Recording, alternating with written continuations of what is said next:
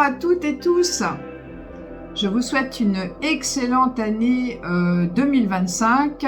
Et pour commencer, je vous présente mon bébé. C'est mon petit velours. Il est absolument adorable.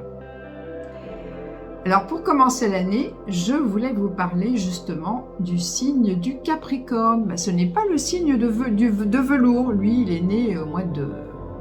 Il est du signe de la Balance. Il est né au mois d'octobre. Voilà.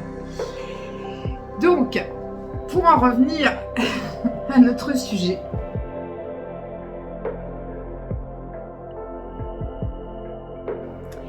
nous commençons donc l'année par ce signe solaire du Capricorne qui débute la saison d'hiver. C'est d'ailleurs un des 4 signes cardinaux qui sont les signes qui débutent les saisons. Donc le Capricorne pour l'hiver, le Bélier qui est le premier signe du zodiaque pour le printemps. Ah non, non, velours, faut pas jouer avec le fil. Ça va me poser des problèmes. Le Cancer pour le printemps, pour l'été, et la Balance, donc le signe de velours pour l'automne.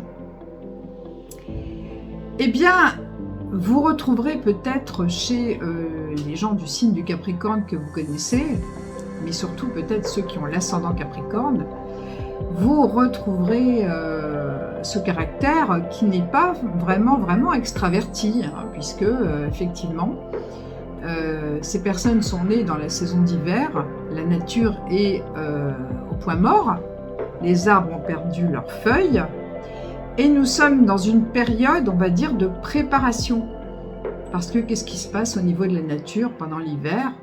Eh bien, tout est mort, mais la terre se prépare et les graines sont bien enfoncées dans la terre.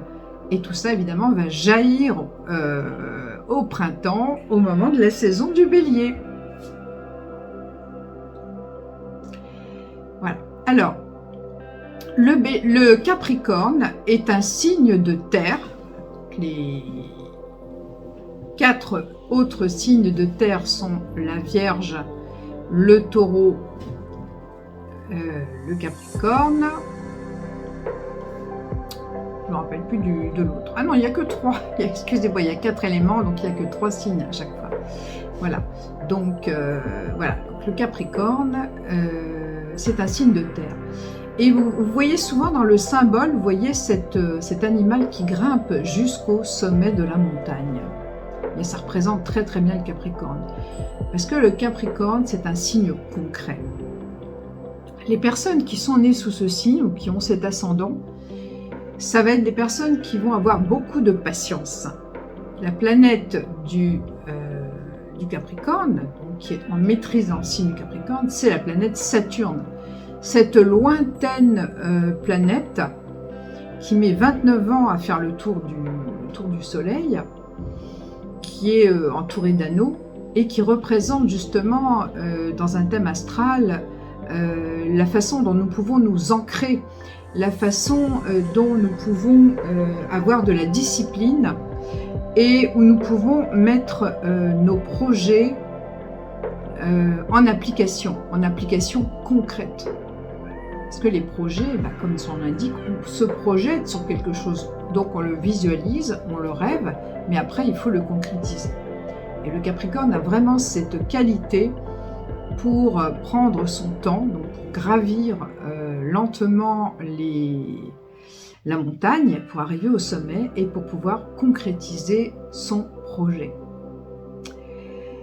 Voilà, donc effectivement la période Capricorne, ça va être une période où on aura fait le bilan de l'année précédente, on en aura peut-être tiré, on sera peut-être fier de ce qu'on a accompli et puis on va peut-être pouvoir corriger le tir de certains projets, peut-être les peaufiner, les mettre en application et avec le Capricorne voir loin sur toute l'année qui se présente à nous, sur toute l'année 2025. Et pouvoir aller plus haut, toujours plus haut dans nos projets, mais les accomplir pas à pas. avec cette notion du temps. Hein. Le Capricorne, c'est vraiment, on va dire, le maître des horloges. Donc voilà ce que je voulais vous dire. Donc encore une fois, je vous souhaite une très bonne année, beaucoup de bonheur et beaucoup d'accomplissements concrets donc de vos projets, en vous servant de cette belle énergie bien ancrée dans la terre du Capricorne.